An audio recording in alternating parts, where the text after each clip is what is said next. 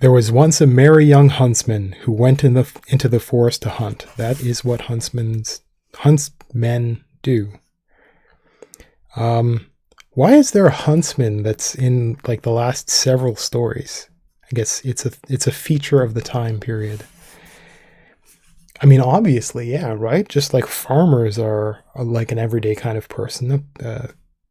Somebody who goes into the forest to go hunting for game, it must be pretty common. Okay. He was gay and lighthearted and whistled a tune upon a leaf as he went along. So gay just means happy, lighthearted, and whistling a tune upon a leaf. Now there's this cool thing that you can do. Let me save my spot with my incredibly professional bookmark. Okay. So there's this thing that you can do with a leaf where you take a decent blade of grass, and it has to be a good one, and you can hold it between your thumbs like so. You can pinch it and you can blow, and the thing turns into a reed basically. So I'm wondering if this reference to whistling a tune upon a leaf is a reference to using like a leaf as a reed and actually like turning it almost into a whistle. Maybe.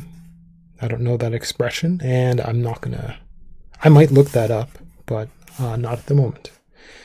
Suddenly an ugly old crone spoke to him and said, "Good morning, dear huntsman. You are merry and happy enough, while I am hungry and thirsty. Pray give me an alms." That's a reference to, so she's begging, so she wants like coins. The huntsman pitied the poor old woman, put his hand in his pocket, and made her a present according to his means. So he's probably quite poor, but he gave what he could, which wasn't a whole lot, because he was poor.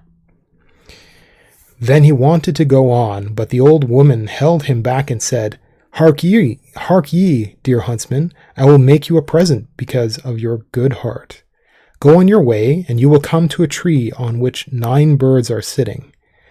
They will have a cloak in their claws, over which they are fighting. Take aim with your gun and shoot into the middle of them. They will drop the cloak, and one of the birds will fall down dead. Take the cloak with you. Take the cloak with you. It is a wishing cloak.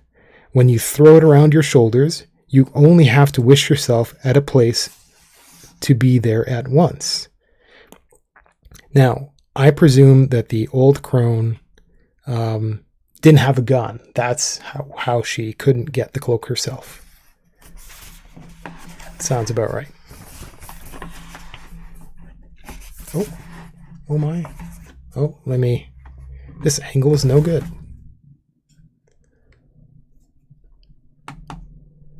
How's that? A little bit higher? A little bit higher. That's good. Take the heart out of the dead bird and swallow it whole. Then you will find a gold coin under your pillow every single morning when you awake. Sounds like maybe she should have just asked for his help shooting it down, then keep it herself. The huntsman thanked the wise woman and thought, she promises fine things, if only they turn out as well. When he had gone about 100 paces, he heard above him, in the branches of a tree, such a chattering and screaming that he looked up. There he saw a flock of birds tearing a garment with their beaks and claws. They were snatching and tearing at it as if each one wanted to have it for himself. Well, said the huntsman, this is extraordinary. It is exactly what the old woman said. He put his gun to his shoulder, took aim, and fired right into the middle of them, making the feathers fly about. The birds took flight with a great noise, all except one, which fell down dead, and the cloak dropped at his feet. Now, he didn't shoot a bird, so maybe he just had a heart attack. Because it was scared, right? He did as the old woman had told him. He cut the heart out of the bird and swallowed it whole. Then he took the cloak home with him. When he woke in the morning, he remembered the old woman's promise and looked under his pillow to see if all was true. There, sure enough, lay the golden coin shining before him. The next morning he found another, and found the same every morning when he got up.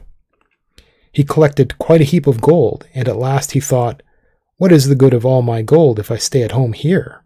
I will go and look about me in the world." So he took leave of his parents, shouldered his gun, and started off into the world. It so happened that one day he came to a thick forest, and when he got through it, he saw a fine castle lying in the plain beyond. He saw an old woman standing in one of the windows looking out, with a beautiful golden-haired maiden beside her. But the old woman was a witch, and she said to the maiden, "Here comes someone out of the forest. He has a wonderful treasure inside him. We must try to get it from him, my darling. It will suit us better than him. He has a bird's heart about him, and so he finds a gold coin every morning under his pillow." She told the girl how he had got it, and at last said, "If you don't get it from him, it will be the worse for you." When the huntsman got nearer, he saw the maiden and said, "I have been wandering about for a long time. I will go into this castle and take a rest. I have plenty of money." So he wants to make it kind of like a hotel. But the real reason was that he had caught sight of the pretty picture at the window. He went in, and he was kindly received and hospitably treated. Before long, he was so enamored of the witch maiden that he thought of nothing else and cared for nothing but pleasing her. The old woman said to the maiden, "Now we must get the bird's heart. He will never miss it." They concocted a potion, and when it was ready, they put it into a goblet, and the maiden took it to him and said, "Now, my beloved, you must drink to me." He took the cup and drank the potion, and when he was overpowered by it, the bird's heart came out of his mouth. The maiden took it away secretly and swallowed it herself, for the old woman wanted to have it. From this time on, the huntsman found no more gold under his pillow, but the coin was always under the maiden's instead, and the old woman used to fetch it away every morning. But he was so much in love that he thought of nothing but enjoying himself in the maiden's company. That's a fair price. Then the old woman said, We have got the bird's heart, but we must have his wishing cloak too." Does the cloak only work once? I want to know. Does the cloak only work once? Is a wishing cloak. When you throw it around your shoulders, you will only have to wish yourself at a place to be there at once. Okay, so it's reusable. Got it. The maiden said, "Let us leave him that. We have taken away his wealth." The old woman was very angry and said, "A cloak like that is a very wonderful thing and not often to be got. Have it I must and will." So the maiden obeyed the witch's orders, placed herself at the window, and looked sadly out at the distant range of hills. The huntsman said, "Why are you so sad?" "Alas, my love," was her answer, "over there are the Garnet Mountains, where the precious stones are found. I long for them so much that I grow sad whenever I think of them. But who could ever get them? The birds which fly, perhaps. No mortal could ever reach them." If that is all your trouble," said the huntsman, "I can soon lift that load from your heart." Then he drew her under his cloak, and in a moment they were both sitting on the mountain. The precious stones were glittering around them. Their hearts rejoiced at the sight of them, and they soon gathered together some of the finest and largest, and then ran away together, right? That would be the best thing to do. But no, this story is a little longer. Now the witch had so managed that the huntsman began to feel his eyes grow very heavy. Then he said to the maiden, "We will sit down to rest. I am so tired I can hardly stand." I'm confused. How is... Oh, it's the old woman. Okay, no.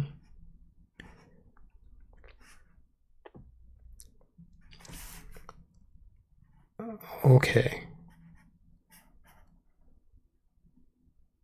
So he's like cursed. The witch isn't there, but the huntsman is kind of cursed, so he's getting tired. So they sat down, and he laid his head on her lap, and was soon fast asleep. As soon as he was asleep, the maiden slipped the cloak from his shoulders, and put it on her own, loaded herself with the precious garnets, and wished herself at home. When the huntsman had his sleep out, he woke up and saw that his beloved had betrayed him, and left him alone on the wild mountain, with a whole lot of extra garnets, I suppose, but supposedly people can't get there, so they can't really get back. So he's trapped. "Oh, what treachery there is in the world," he exclaimed, as he sat down in grief. He did not know what to do.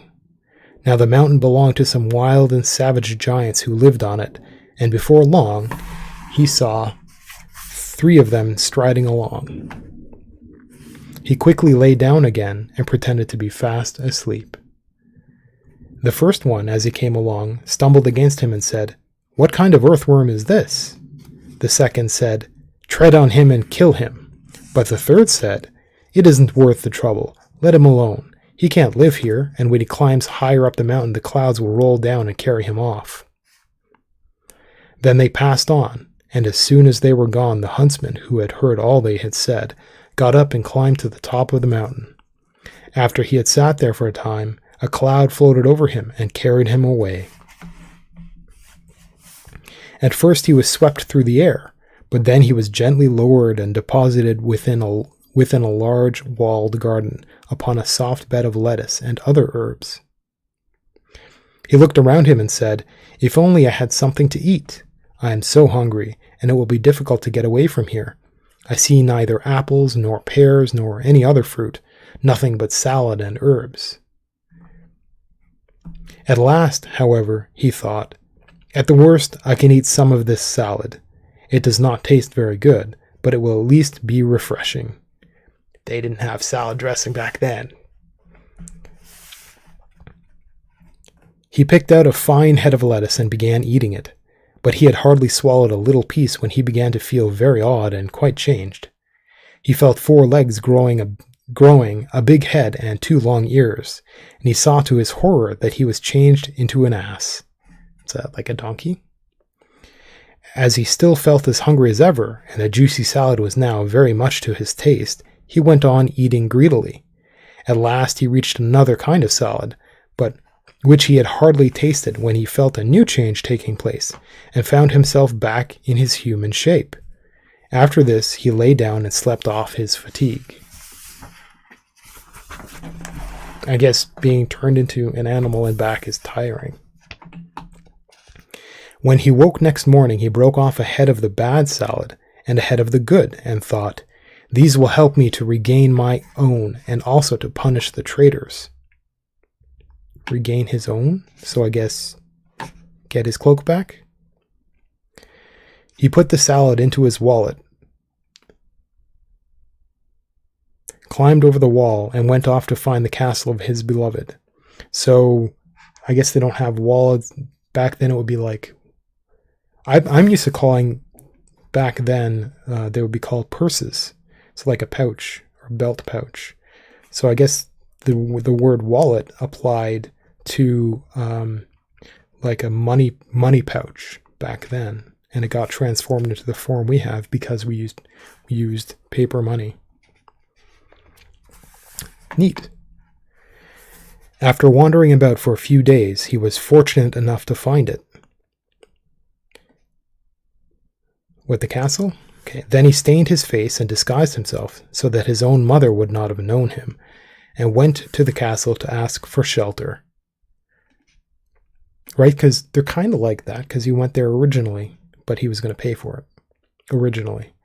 "I am so tired," he said. "I cannot go any farther." They didn't recognize his voice either. The witch said, "Who are you, countryman, and what do you want?" He answered, "I'm a messenger from the king. He sent me to find the rarest salad which grows under the sun. I have been lucky enough to find it, and I carry it with me. But the sun is so burning that I am afraid the tender plant will be withered, and I don't know if I shall be able to take it any further." When the old witch heard about the rare salad, she felt a great desire to have some, and said, "Good countryman, let me try the wonderful salad." "By all means," he answered. "I have 2 heads with me, and you shall have 1. So saying, he opened the sack and handed her the bad one. The witch had no suspicions, and her mouth so watered for the new dish that she went to the kitchen herself to prepare it. When it was ready, she could not wait till it was put upon the table, but put a few leaves into her mouth at once. Hardly she had swallowed them when she lost her human shape, and she ran out into the courtyard as an old she-ass. Then the maid came into the kitchen, saw the salad standing ready, and was about to put it on the table.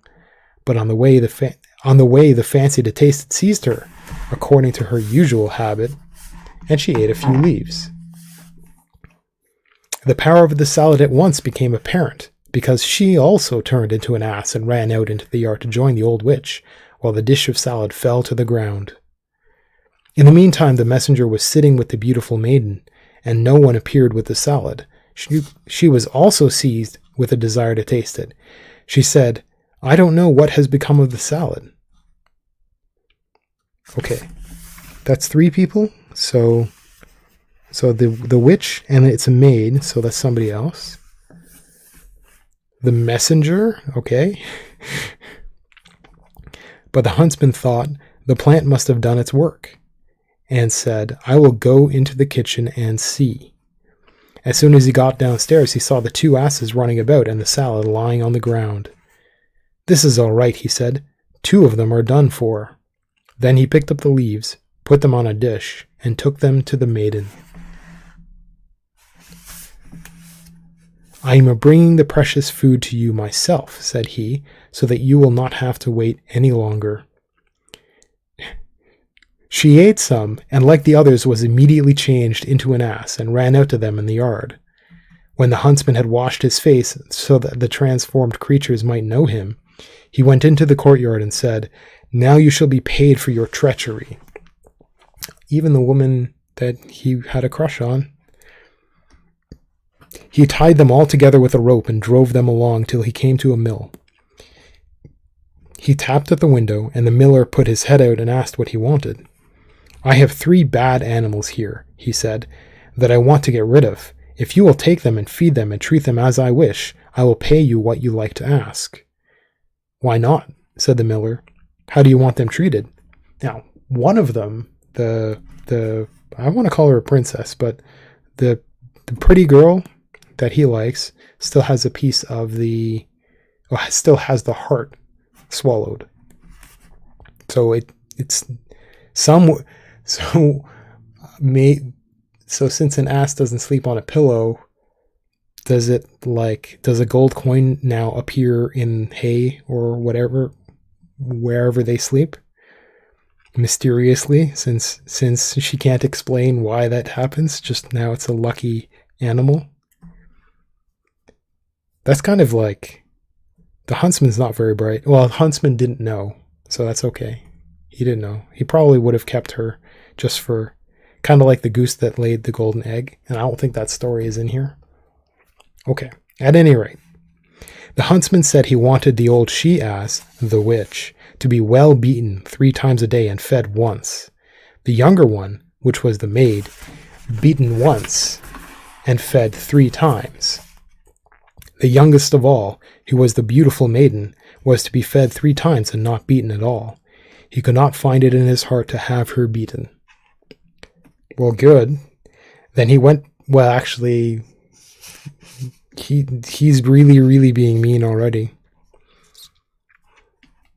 Then he went back to the castle and found everything he wanted in it. A few days later, the miller came and told him that the old ass, which was to be beaten 3 times and fed once, was dead. The other 2, he said, which are to be fed 3 times, are not dead, but they are pining away and won't last long. The huntsman's heart was stirred with pity, and he told the miller to bring them back to him. When they came, he gave them some of the other salad to eat, so that they took their human shapes again. How long was that? A few days. Okay, so maybe the salad isn't wilted yet, I guess. The beautiful maiden fell on her knees before him and said, "Oh, my beloved, forgive me all the wrong I have done you. My mother forced me to do it. It was against my own will, for I love you dearly. Your wishing cloak is hanging in the cupboard, and you shall have the bird's heart back too." Which should be a surprise to him, because maybe he thought it stopped working when he was drugged. But he said, "Keep it. It will be all the same, as I will take you to be my own true wife." Their marriage was soon after celebrated, and they lived happily together till they died.